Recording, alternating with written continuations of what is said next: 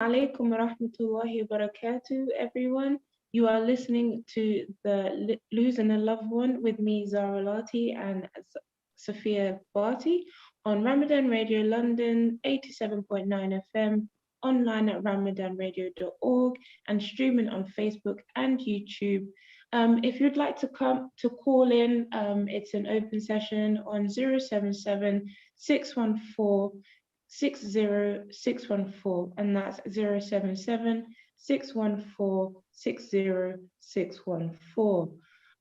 So Sister Sophia, Assalamu alaikum rahmatullahi barakatuh. Walaikum salam, my dear sister.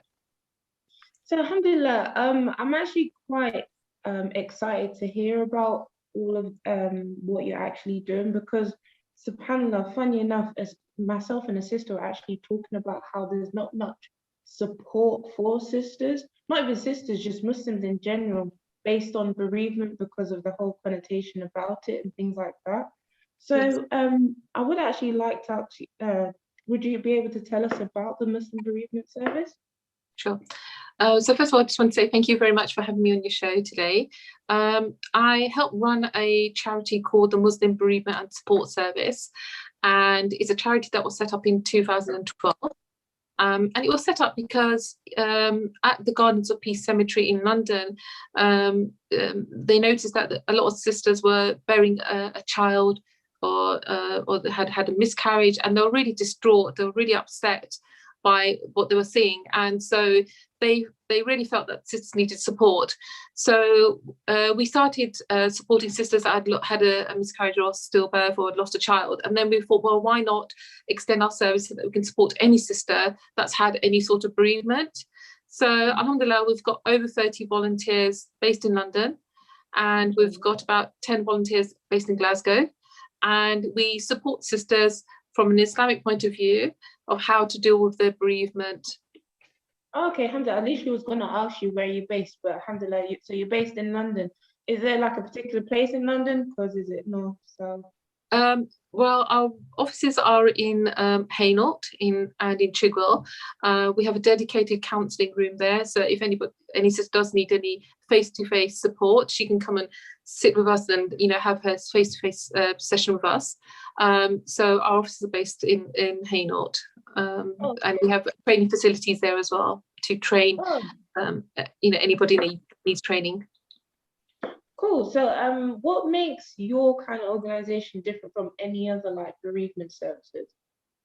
We're very different. So the main factor I would say is the fact that we support sisters from an Islamic point of view. If, for example, you go to the NHS, they will support a sister from a general secular point of view. So they will talk about her feelings, her emotions, things that worry her, all of that sort of thing, but from a general point of view. And they will try to console her or try to help her by using just general bereavement techniques. But we are different because we will use the Quran, Sunnah, Hadith to support that sister and to hopefully give us some peace with what she's having to deal with.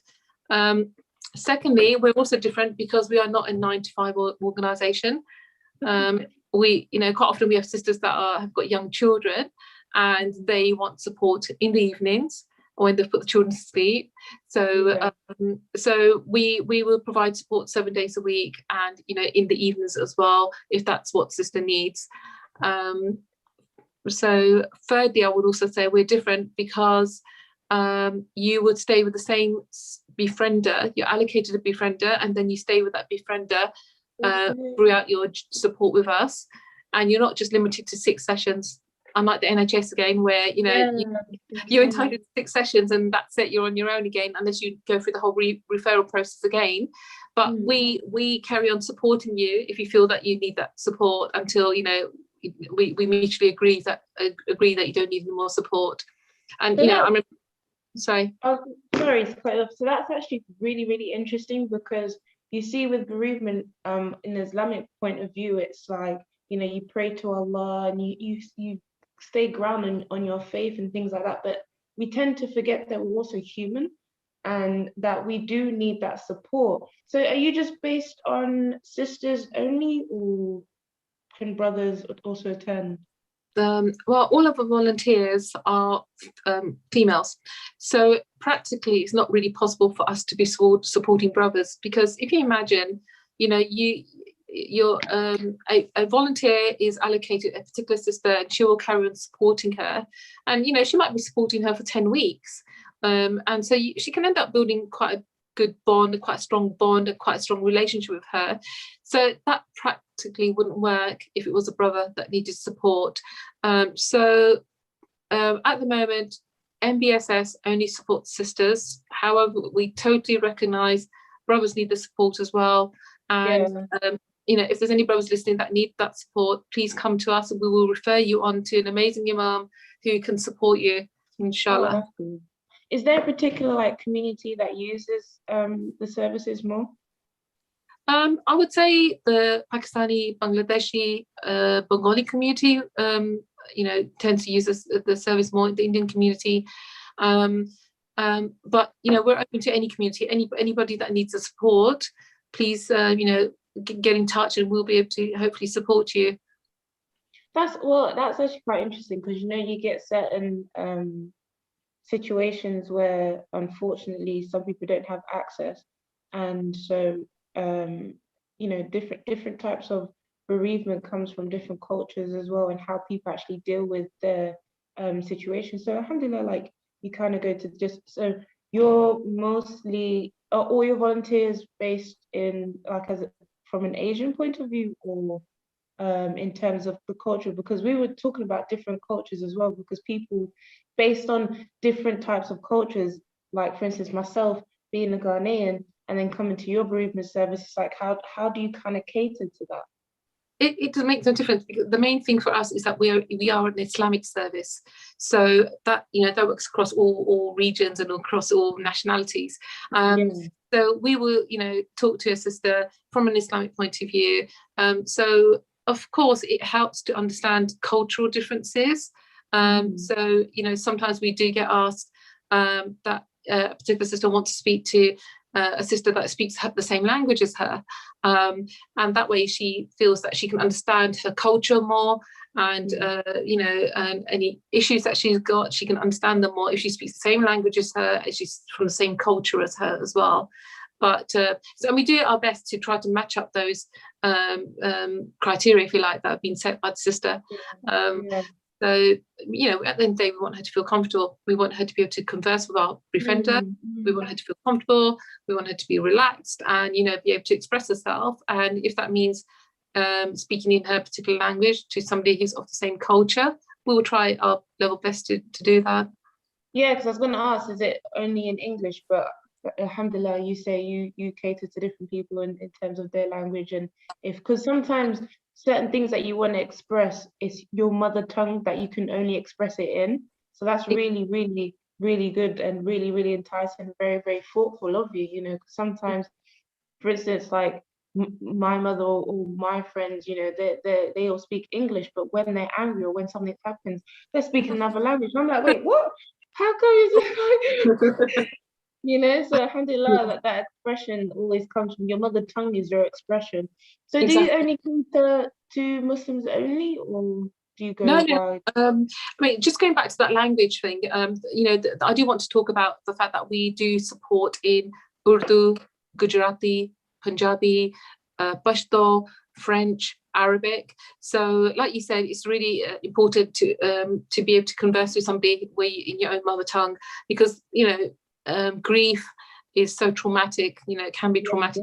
So we want you to feel relaxed. So so that, apart from that, you know, we do support up and down the country. Sorry, I've forgotten the rest of your question. Forgot what the question was now. No, the thing, do you just support just Muslims only, or do you cater to out of, you know, the religion? We can, you know, if somebody comes to us and asks for support, we will support them, even if they're not Muslim. At the end of the day, we are all one.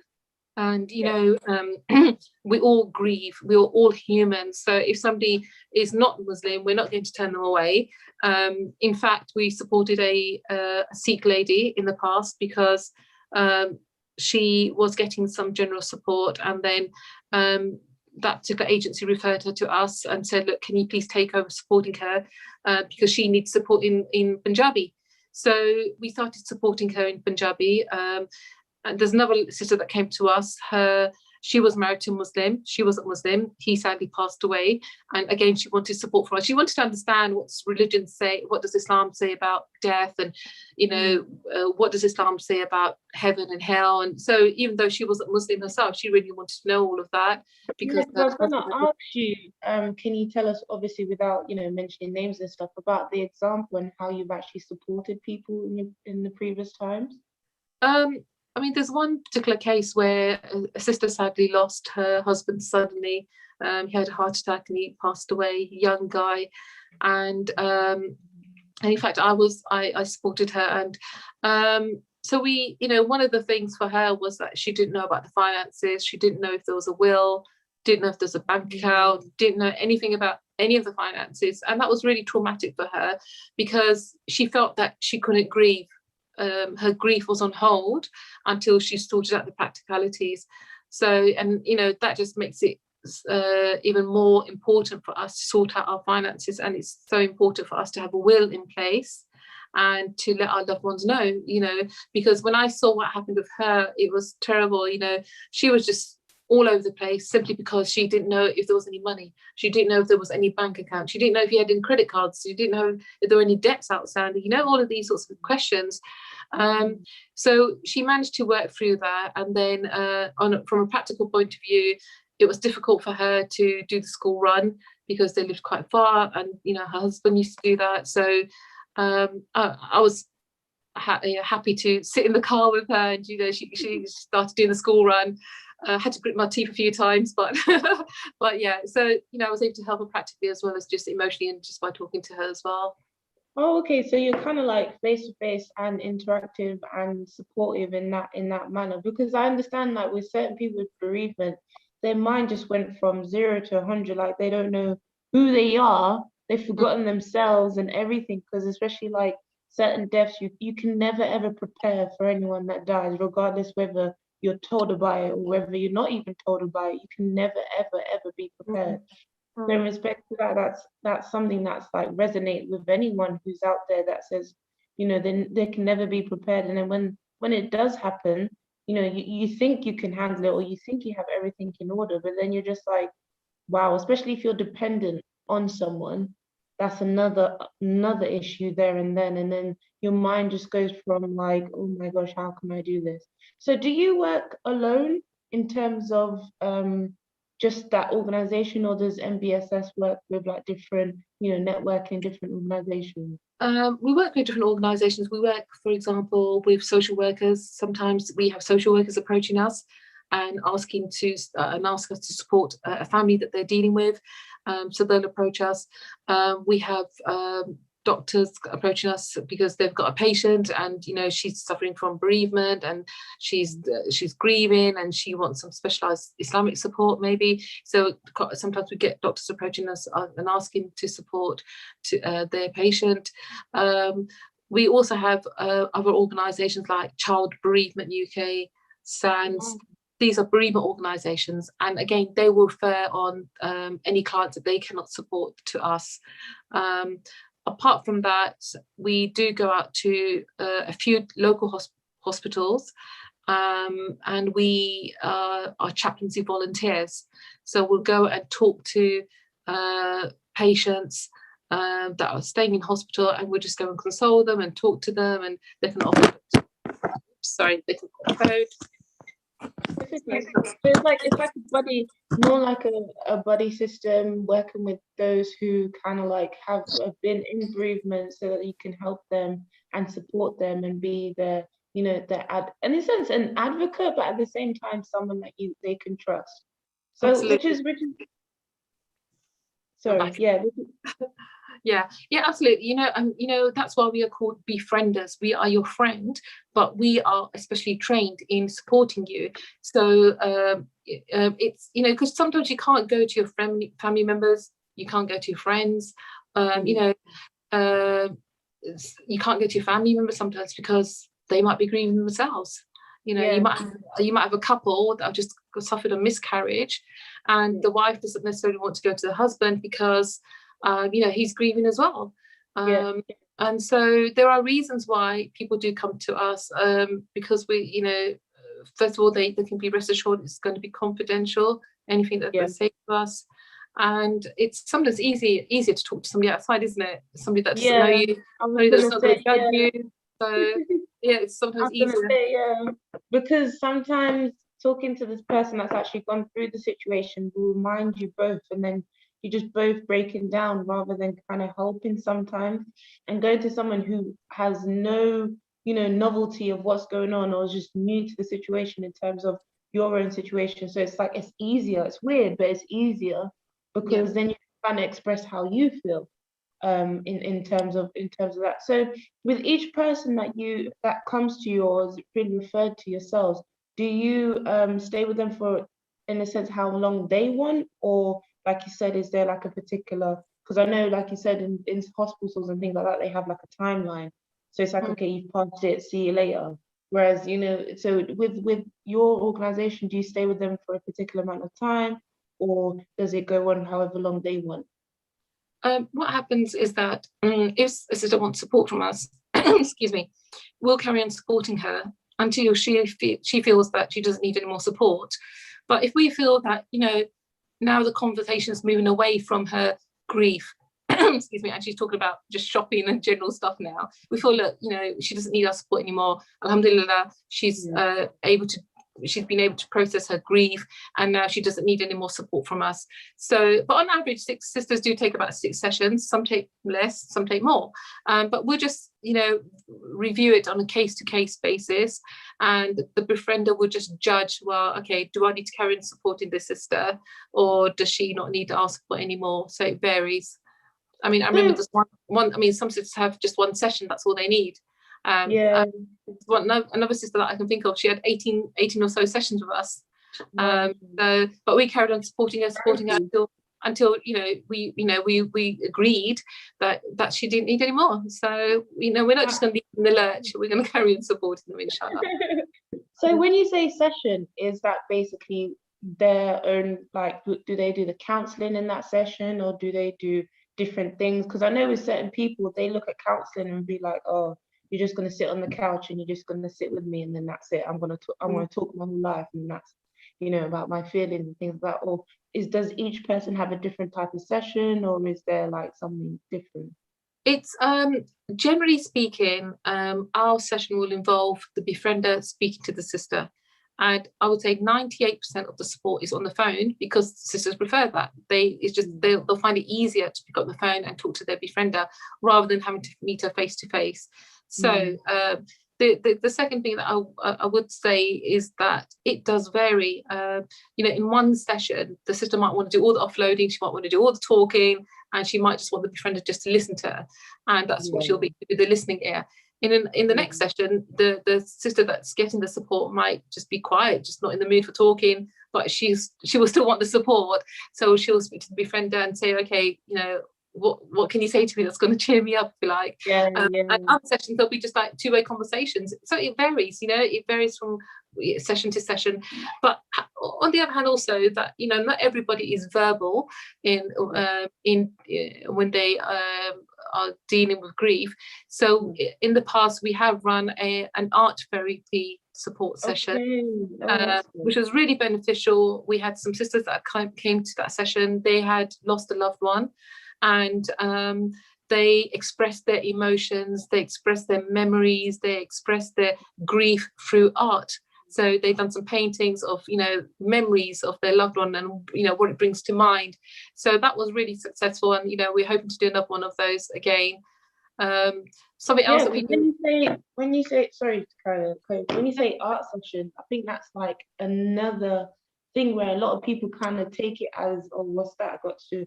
But when you're doing art sessions, I mean, coming from someone who likes art, like either expression through poetry, you know, sewing, different type of things where your mind is just focused on that. It's something that kind of takes you, it's like a exhale kind of thing. Especially for us women, we sometimes need that kind of like focus on, because we're like, our mind can do like 20,000 things at one time. So like kids, school, this, or work, coming home, this and that and the other, and especially in a different environment. Say for instance, unfortunately, like you said, some sisters have probably lost their husbands. So going home is like a different, level, and seeing that same type of atmosphere, so to speak. But then going to an art session, you're like, whew, that type of breathing, so to that exhale for them to feel, okay, I can do this.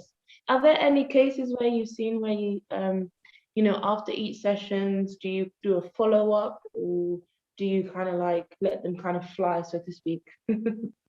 What happens is that the sister that's supporting, the befriended that's supporting the sister will, we leave it up to them to have that set the expectations and have that relationship between them. So what happens is that the sister that's doing the supporting, she will be directly in touch with the sister that needs the support, and they will just arrange it between themselves when they want to have the next session.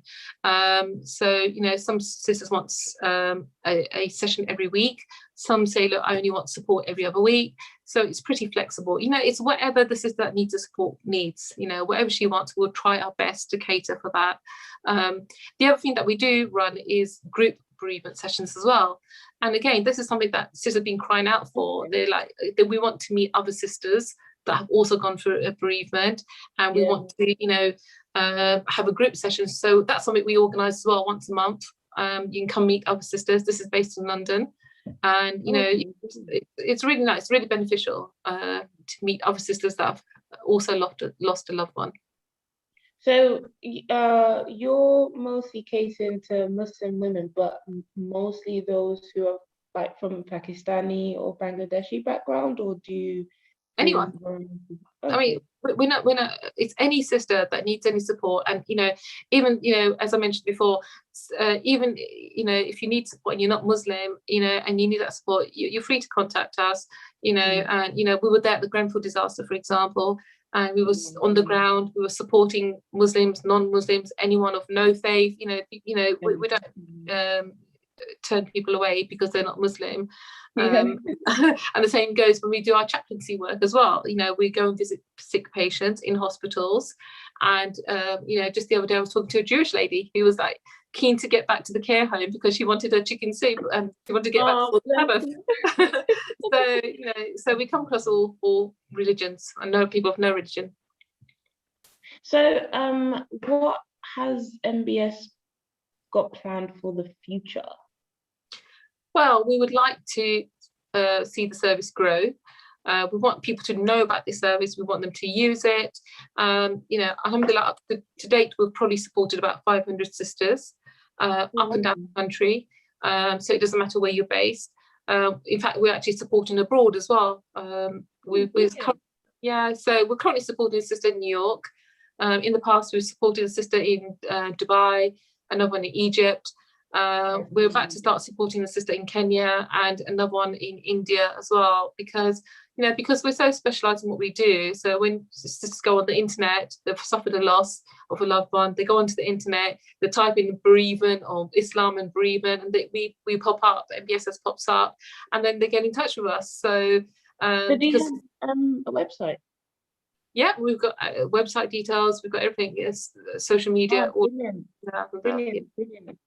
That is amazing. I mean, subhanAllah, New York and then Dubai. I mean, regardless of the demographics, everyone that goes through bereavement is such a very big step. And especially as a Muslim woman, it's like, you can't wail, you can't do this, you can't do that. So you're just like, well, what do I do? Where do I go? How can I, understand this? Because I find, especially like I've had a dear friend who unfortunately went through, a bereavement herself, but she didn't know where to turn to, and she wanted to turn to certain things. And like you said, with the NHS, you have a certain amount of sessions, but when you feel as if like you can't really cater to me because of my religious needs, not even that, you just don't understand where I'm coming from. I mean, to have such a service like yourselves is kind of like on a happy note, at a sad time. It's like two conflicting emotions. So in your personal understanding, like how can you how can anyone who has gone through bereavement, who thinks, oh my gosh, you know, I can't even talk to anyone, like, what would you advise them and what would you say to them? Because, you know, when you go through certain situations like bereavement, you feel like a backstand where you're like, I don't even know if I can even speak to anyone. Mm-hmm. I would just say, you know, it really does help to speak to somebody to help. It helps you to offload. It helps you to process your feelings.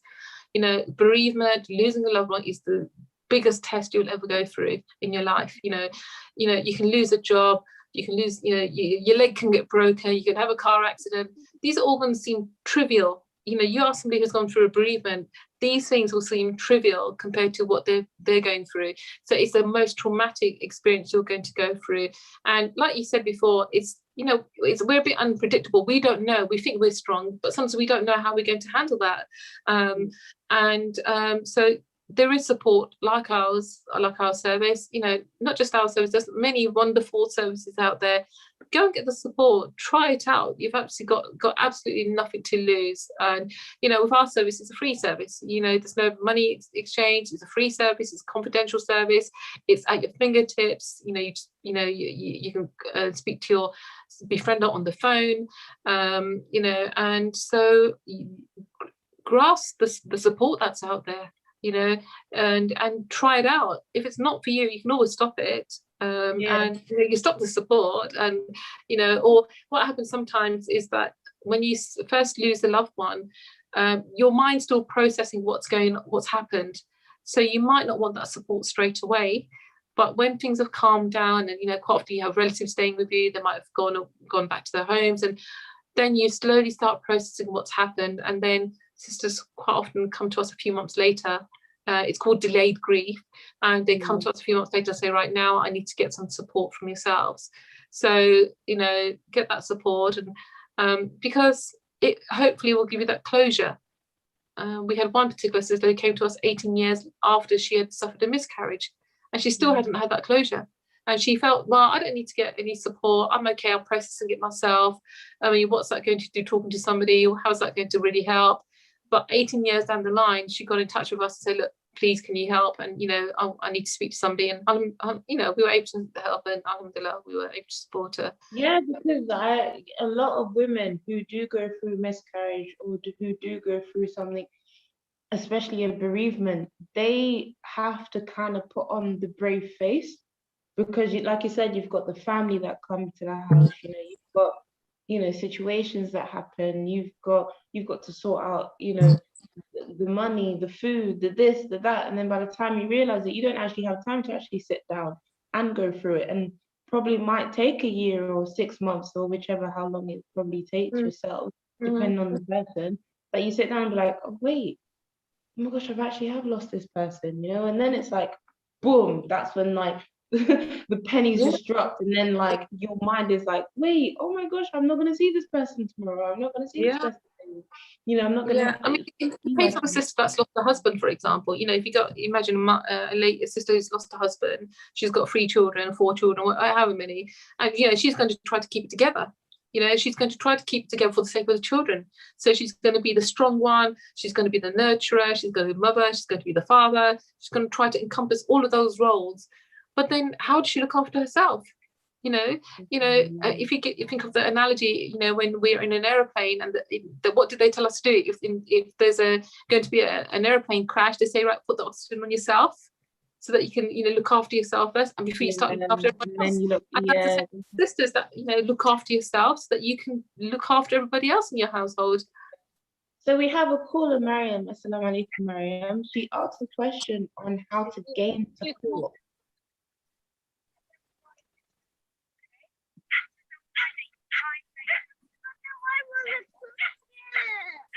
Hello? Alaikum salam. Can you hear us, Mariam? How are you? Yeah, alhamdulillah, I'm well. How are you guys? You're doing a great job, mashallah. Alhamdulillah. So yeah, Sophia here to answer your question, so fire ahead. Yeah, so I just wanted to know that how do you actually get in touch with Muslim bereavement support service? What do you have to do? Do you fill a form in, or is it an email, or how do you do it? Okay, so we have a website. You can go onto our website. The website details are www.mbss.org.uk, or you can email us. The email address is info@mbss.org.uk, or you can call our office number, which is 0203 468 7333.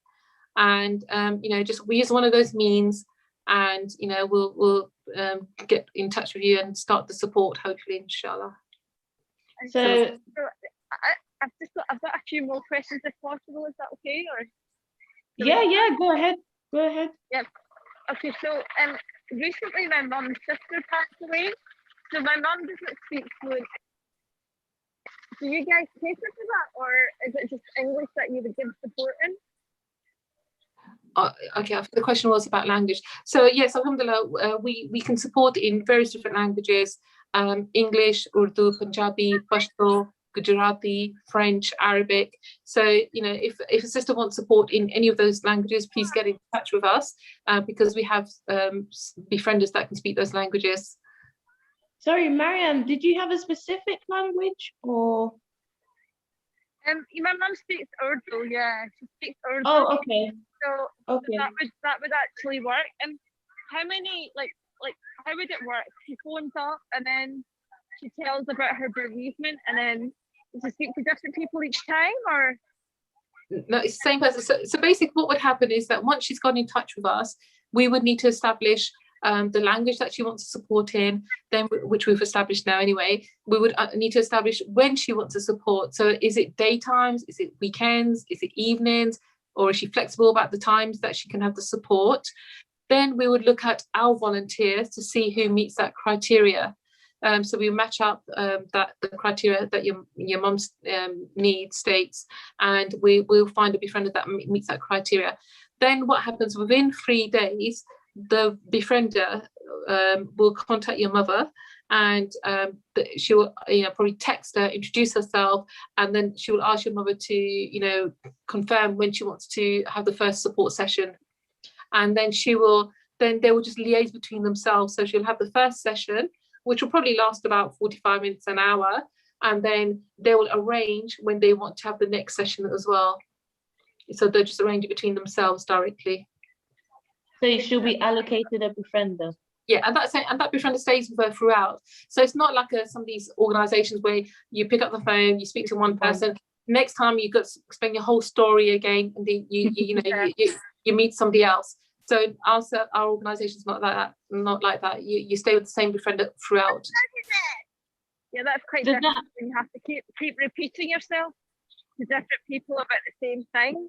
And yeah. That's something that I think my mum would be very particular about, obviously because she's elderly, is that she would prefer to speak to someone that's her age group. We can cater to that. We do have Urdu speakers that are older.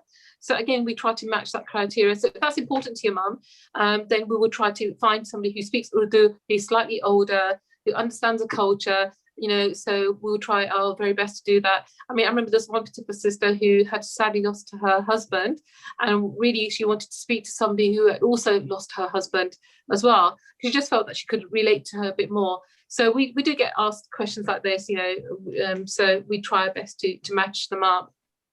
So the Muslim bereavement service, they practically make sure that they cater and always will cater to someone, whoever they befriend with, which is really good. So Mariam, has that answered your questions? Yeah, and am I right in saying that it's there's no charge for it? Is that right?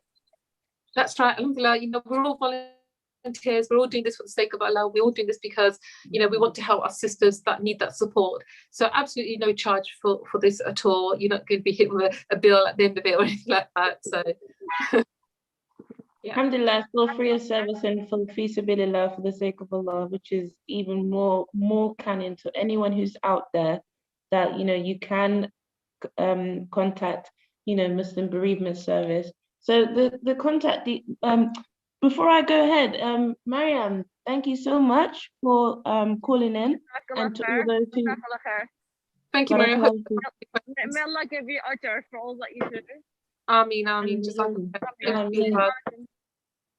Thank you, sister. So, Sophia, can you please repeat the information for us? So it's www.mbss, mother, M for mother, B for Bravo, S for Sierra, mbss.org.uk. And or you can email us. The email address is info@mbss.org.uk. Or you can contact us via telephone 0203 468 7333.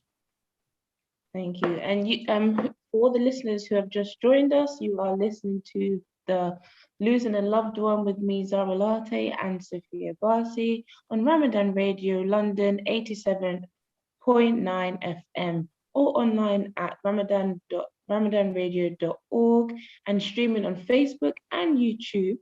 Please call in. We just have, mashallah, a nice sister, Mariam. Thank you for calling in on 077 614 60614.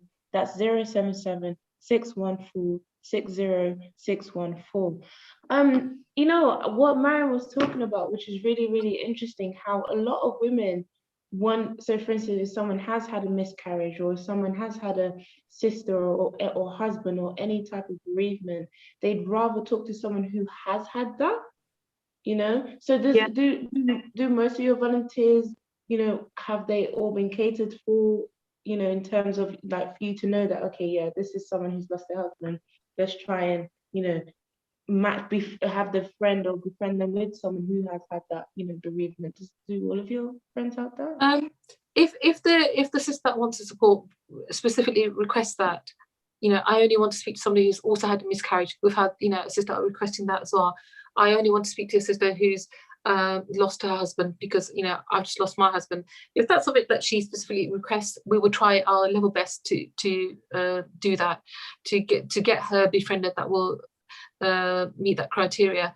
Quite often it's not an issue, if you like, or it's not a request. But if it is, you know, we will try our best to meet that Sometimes criteria. it's just that. A lot of our befrienders, alhamdulillah, you know, they're all very enthusiastic about what they do. You know, they've got full-time jobs, they're full-time moms, and they're teachers, they're doctors, they're IT professionals, and, you know, they want to do this. And so, but they do this in their spare time, if you like, because they want to do something, you know, for the sake of Allah. And so, you know, if the request is there, we'll try our best to because it's like it's like that whole catering and understanding, but at the same time it's like no matter what the bereavement is, sometimes people just want to let loose and just talk, just exactly. Yeah, and a lot of our volunteers have sadly gone through a loss. You know, they've lost. You know, one of the volunteers lost a husband, some lost children, some lost siblings, parents. You know, so they can really empathise with, you know, the feelings of despair and anxiety and sadness. You know, they can relate to all of that themselves. So, can sisters, like, for instance, because it's such a free service, can people donate, or how does it work? How do you, in a sense, for funding, you know, because like you said, something's still got to we do have bills. I mean, so for example, we have printing costs. You know, we have leaflets that we give out to hospitals, and we have leaflets that we try to display in hospitals, doctor surgeries and hospitals, and we have leaflets that we might try to distribute in care homes and hospices, you know, because we want the people to know, the community to know that this service is there. So of course that involves a cost. You know, there's other costs that we also have. We also provide training to other organisations like the NHS. You know, we'll train palliative care nurses, we'll train hospital chaplains, because they want to know how can I support a family, you know, that's just had a miscarriage. So the bereavement midwife will want to know that sort of thing. And so we do a lot of training as well, and it's, you know, it all incurs a cost. So if somebody does want to donate, it will be amazing. You can go onto our website, and there is a donation, make a donation tab there, and you can just donate via the website. When you say training, what type of training do you give them? That's quite interesting So, to know because yeah, because so for example, bereavement midwives, you have midwives and you have specific bereavement midwives that specifically look after families that have suffered a miscarriage. So we quite often get midwives saying, okay, I've got a Muslim family, they've had a miscarriage, tell me about the burial, what do I need to do? What is this thing about you've got to bury quickly? So we'll give them training about the Islamic side of burials, ghusls, even like a miscarriage, that they might understand how if you suffer a miscarriage, we want to bury the fetus rather than cremate the fetus. So we'll give them guidelines like that. Same with palliative care nurses. We'll instruct them what they can do. When you've got an end of life patient who's Muslim, the fact that the family will want to bury quickly. So we'll give them a bit of background information into Islam and how they can best support Muslim families to come across. So do you support, because I know unfortunately there's been some cases where some sisters who have, family members who are, unfortunately been put in the morgue, and like they're trying so hard to try and get, the loved ones out to be buried quickly, because obviously in Islam, when someone dies, you try and bury there and then. So do you support with, say for instance, how to tackle the doctors and speak to the doctors? Because some family members have no idea where to even start or how to get their loved one out of the morgue, and they don't want to, they're already trying to get over the bereavement, then they have to try and get the person out to bury them. It's like, how do you support in that? Because it's quite interesting to hear, because you do hear about unfortunate cases where family members are still in the morgue and they want to be. Yeah, I would say we tend to be summoned after the burials happened. So sisters will come to us once they've already buried, and they want support. So at the time, the practical side of it, we don't normally get asked about, because we are a befriending service. So that's when sisters come to us when they need support after the burials happened.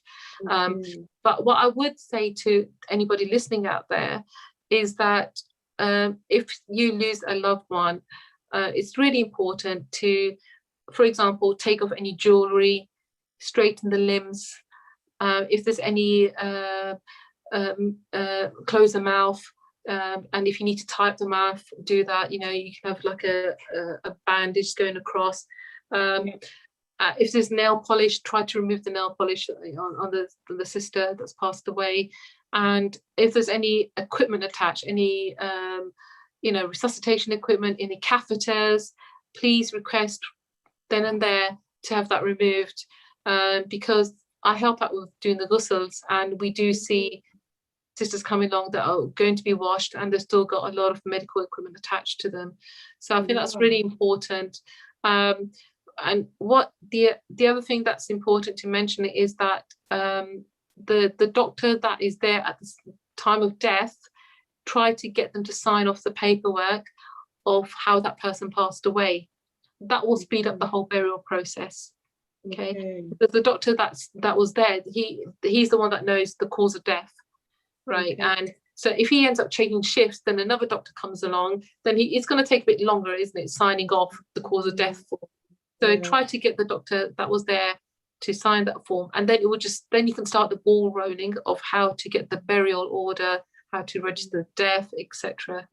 So the main thing is obviously getting that the death certificate, basically getting that signed off, getting the cause of death. Then from there, understanding where to go to, make sure that you get your partner back home. But then when you do get your partner out of the morgue, make sure that everything is clear and from that person. Yeah, I mean, even when at the hospital point, at the point of death, before they take your loved one away to the mortuary or wherever they're going to take them, just ask them, have you taken off all the pipes, tubes, catheters at that point, and try to make sure the limbs are straightened straight away at the time of death, straighten the limbs then and there, and then hopefully that'll make the ghusl easier as well. Yeah, that's such really helpful information, because you don't, like you said, when someone passes away, you don't know where to start, where to come from, what's the first thing. And like you said, getting that doctor's the death certificate and things like that is just so important, because of the mere fact that you don't want the process to prolong. you know. Yeah. And, Yeah. and that's such an important point, because a lot of people don't know that. A lot of people don't know that, and then they wonder why certain things get delayed, because they're like, where do I go from here? You know, which is such a useful information. Yeah. So in respects to yourselves, you kind of work with after the burial process, right?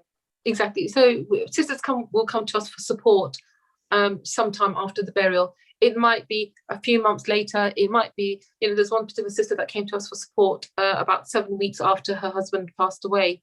So it varies. There's no right time. There's no wrong time. You can come and get some support, and then you might feel right. I've had enough support. You can always come back to us again. Because there might be occasions where, for example, the person that you lost, when their birthday is coming up, or your wedding anniversary is coming up, you've lost your husband, your wedding anniversary is coming up, you might start feeling a bit fragile again, and you might start feeling a bit vulnerable and a bit sad again. So you start to come up again. Yeah, you memory again. So you can come back to us and talk to us again, inshallah. We'll put you back in touch with your befriender, inshallah, and then you can get a bit of support again. Oh, okay. So you can which is okay. So that's like even more of like a heartfelt thing, because each person that comes to you, they know that they can come back to you regardless whether it's like a year. Okay, I would say a year, but only God knows. Allah Alam knows when might be a year, and then they come back and be like, oh my gosh, it's their birthday today. You, and they'll be signed the same befriender, or will they have to go through the whole process? They'll go back to the same befriender, inshallah. They'll be back in touch, because that befriender's built up a relationship with them, and they are their friend, if you like. They're buddy now, so we'll put them back in touch with the same befriender, and she can just give her some top-up support, if you like, and just support her a little bit while she's going through that fragile time. And then if she wants to carry on support, she can. If she wants to stop again, she can. So it's all pretty flexible, and we don't have, when somebody comes to us for support, we don't ask them to fill out big forms and go through this whole really strict official process. We just ask them that if you want support, get in touch with us. We'll just ask you a few questions about your loss, and then within 3 days your befriender will be in touch with you, and that's it. Just start the support. Oh, okay. So when they can go through the www.mbss.org.uk, or if they want to contact you on info, that's info@mbss, so M for mother, B for battery, S for sugar, .org.uk, or they can contact yourselves on 0203 468 7333. That's 0203 468 7333. So in respect to that, they just come, and then they'll basically ask you, they'll tell you about their situation. You'll ask them a couple of questions, and then within 3 days they'll be contacted by their befriender. And we have one question, we've got time. Why can't the bereaved get support from the extended family? Well, first of all, sometimes there's politics. You don't want to go to the extended family. You might be facing issues of inheritance. You might be facing issues of guilt, denial. You might be facing in-laws issues. So you might not be able to go to your extended family. Secondly, your extended family is not especially trained in how to support somebody who's gone through a loss. We've had lots of training. Our volunteers go through a lot of training before they are allowed to speak to anybody, before they're allowed to support anybody. So they get a lot of general bereavement training, and they get a lot of Islamic bereavement training as well. Whereas your extended family might not have had that training. So we are specialists in being able to do that, inshallah. Alhamdulillah. So I'm so thankful for you to coming on with us, and it's such an amazing thing to actually do, and may Allah reward you for doing it for free, because the first thing anyone wants is to think about money, whilst to think about bereavement, and then think about, okay, I've only got like 4 sessions, how much money is that going to cost me? And this is, again, I want to reiterate to all those that are listening, this is a free service, and they're doing it for the sake of Allah. May Allah reward them immensely. Again, I'll give you the details. It's www.mbss If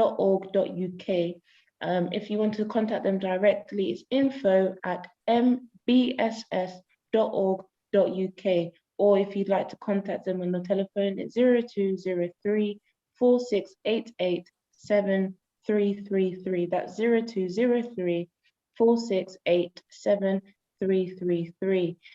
Yeah, it's such a thank you so much for coming on board. Thank you. Thank you so much for giving up your time.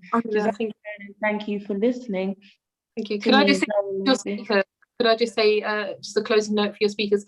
I would just say, look, you know, sadly, if you have lost a loved one, you know, this is Qadar, Allah. That person was here for an appointed time. That person was alone to you, and that person's gone back to their rightful owner, you know, our creator. So you've now got to live, you're now going to have to lead a new normal life, a different normal life. Now you're going to have to sort of process what's happened, and you're going to have to move forward, you know, so get the support that's there. By getting support doesn't mean that you forget about the person that you've lost. It doesn't mean that you don't love them. It just means that you're able to move forward with, inshallah, with a more positive outlook. Yeah, and so get the support, try the support. If it's not for you, you can always stop the support, whether it's from us or from any other organization. Try the support, and inshallah, you know, look forward. What would your loved one want? Would they want you to despair? Would they not want you to move forward? Would they not want you to have an optimistic, a positive future, even if they're not there? Yeah, so we've got a couple seconds left. So I want to say Jazakallah khairan to yourself, and thank you for listening to me, Zara Latte, on Ramadan Radio 87.9 FM. Till next time, Assalamu alaikum wa rahmatullahi wa barakatuh. So yeah, Jazakallah khairan, thank you so much. May Allah reward you. And thank you. Please join on www.mbss.org.uk. Assalamu alaikum. Wa alaikum.